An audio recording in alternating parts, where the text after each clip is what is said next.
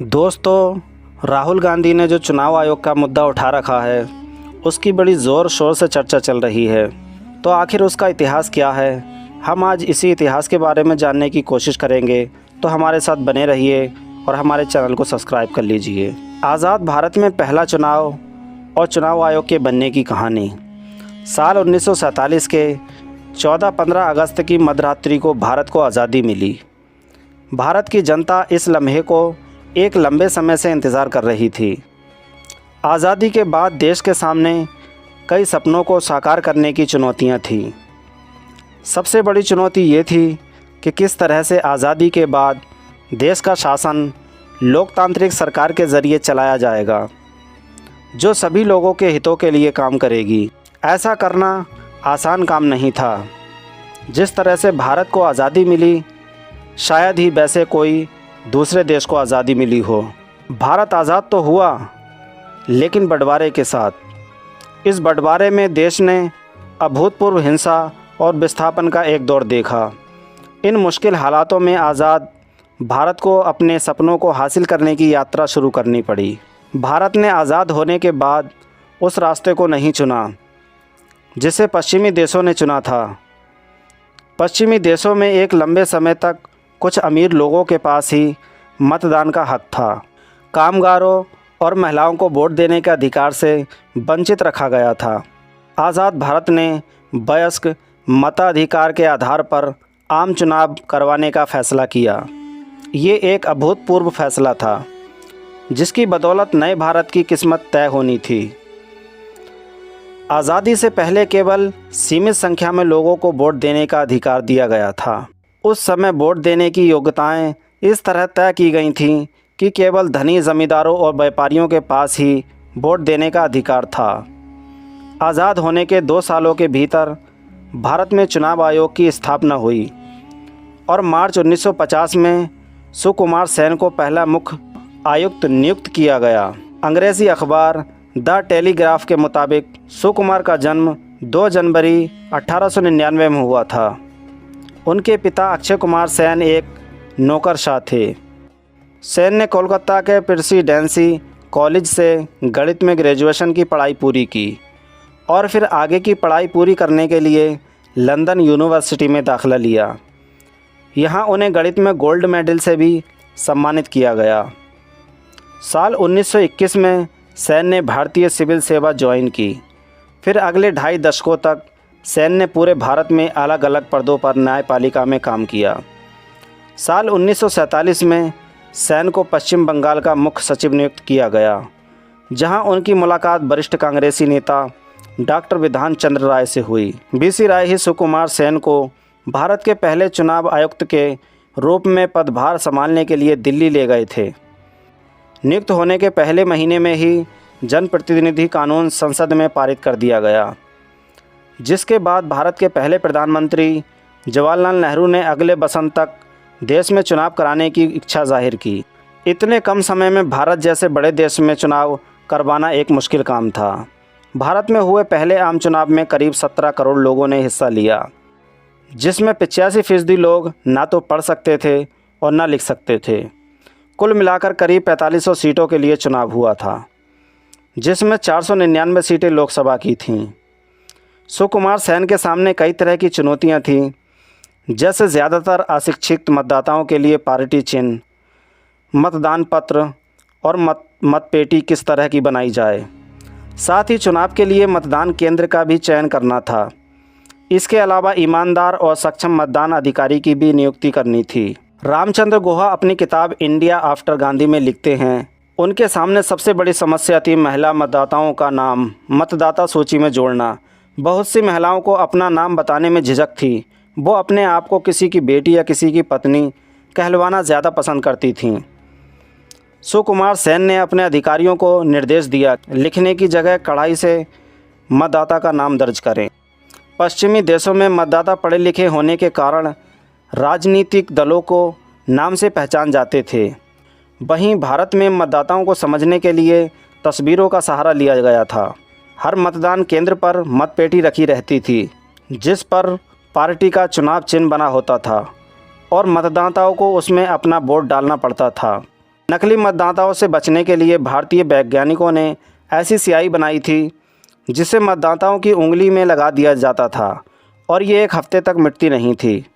1952 के पहले आम चुनाव में प्रधानमंत्री जवाहरलाल नेहरू ने ज़ोर शोर से प्रचार किया।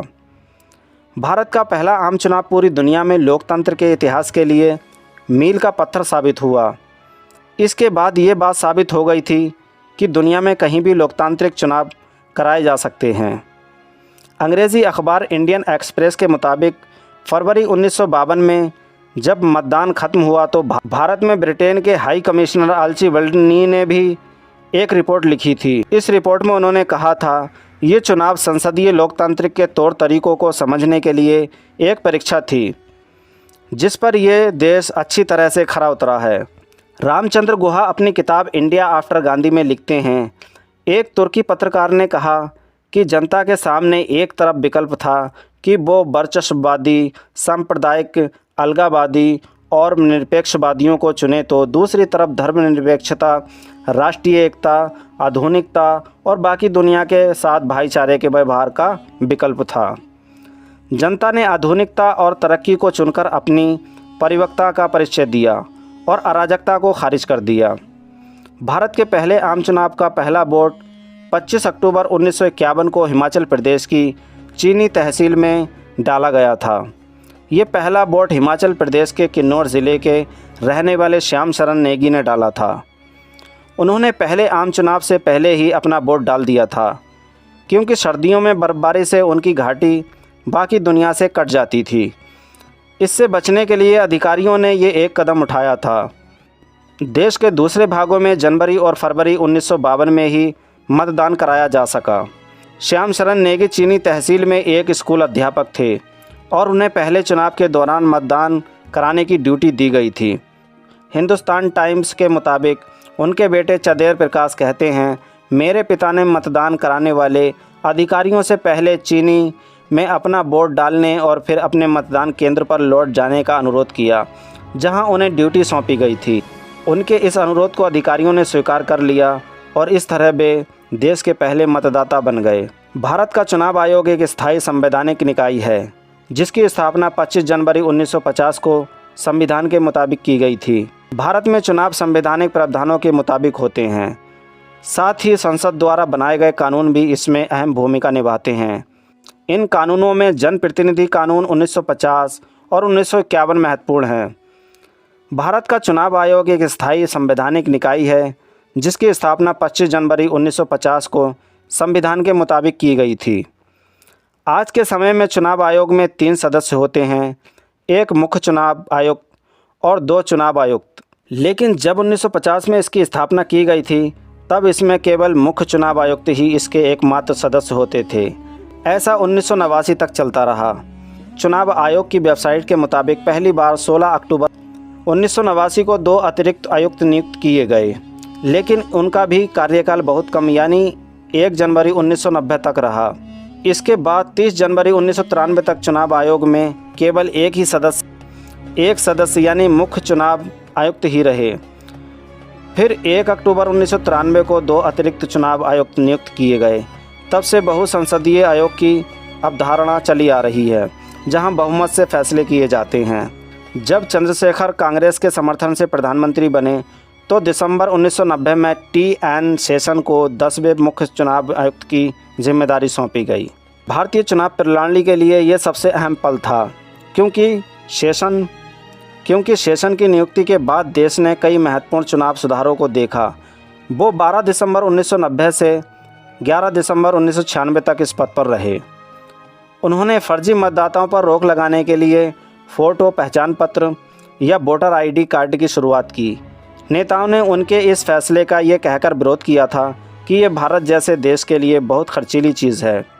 उनके कार्यकाल के दौरान ही अक्टूबर 1993 में चुनाव आयोग को 1 से ज़्यादा सदस्यों वाला निकाय बनाया गया। उनकी नियुक्ति के बाद राजनीतिक दल और उम्मीदवार आचार संहिता को गंभीरता से लेने लगे। 2022 में चुनाव आयुक्त की नियुक्ति में सुधार की मांग वाली याचिका पर सुनवाई करते हुए सुप्रीम कोर्ट ने कहा था कि अब तक कई चुनाव आयुक्त रहे हैं मगर टी.एन. शेषन जैसा कोई कभी कभार ही होता है। राजनेताओं के खिलाफ कमर कसकर निष्पक्ष और बेदाग चुनाव कराने के लिए चुनाव आयोग में जिस तरह कड़े तेवर की शुरुआत टी.एन. शेषन ने की, उसे जेम्स माइकल लिंगदो ने और मजबूत किया। वो भारत के 12वें मुख्य चुनाव आयुक्त थे, जिन्होंने जून 2001 से लेकर फरवरी 2004 तक इस जिम्मेदारी को निभाया। 2002 में गुजरात दंगों के बाद राज्य सरकार की चुनाव कराने की घोषणा और चुनाव आयोग से हुए टकराव के कारण लिंगदो ज़्यादा चर्चित हुए। तत्कालीन राज्य सरकार राज्य में जल्दी चुनाव कराना चाहती थी, लेकिन लिंगदो ने दंगों के बाद हुए हालात का हवाला देते हुए चुनाव पुनः कराने की बात कही। आखिरकार दिसंबर 2002 में ही गुजरात में चुनाव हो पाए। इस प्रकरण ने यह दिखा दिया कि चुनावी प्रक्रिया में सत्ता का खेल आड़े नहीं आ सकता। इसके अलावा 2002 में जम्मू कश्मीर में हुए चुनाव भी लिंगदो की एक बड़ी उपलब्धि है। इस चुनाव में न सिर्फ अपेक्षाकृत शांत चुनाव हुए थे, बल्कि लोगों की हिस्सेदारी भी बढ़ी थी। कि चुनाव आयोग नियमित बैठकें आयोजित करता है। आयोग के लिए फैसलों में सभी चुनाव आयुक्तों की भूमिका एक जैसी होती है। आयोग समय समय पर अपने सचिवालय में अपने अधिकारियों को उनकी जिम्मेदारियां सौंपता है। आयोग का नई दिल्ली में एक सचिवालय है, जहां 550 अधिकारी अलग अलग पदों पर काम करते हैं। चुनाव आयोग के सचिवालय का एक स्वतंत्र बजट होता है। इस बजट को चुनाव आयोग और केंद्रीय वित्त मंत्रालय के बीच सीधे परामर्श से अंतिम रूप दिया जाता है। आमतौर पर वित्त मंत्रालय बजट के लिए चुनाव आयोग की सिफारिशों को मान लेता है। हालांकि चुनाव के वास्तविक संचालन पर होने वाले खर्च केंद्रीय कानून मंत्रालय और संबंधित राज्य संघशासित प्रदेशों के बजट से लिया जाता है। अगर लोकसभा चुनाव हो रहे हैं तो पूरा खर्च केंद्र सरकार उठाती है, जबकि राज्य विधानसभा चुनाव के लिए सारा खर्च संबंधित राज्य उठाता है। वहीं अगर लोकसभा और राज्यसभा का चुनाव एक समय पर होता है तो पूरे खर्च को केंद्र और राज्य सरकार के बीच समान रूप में बांटा जाता है।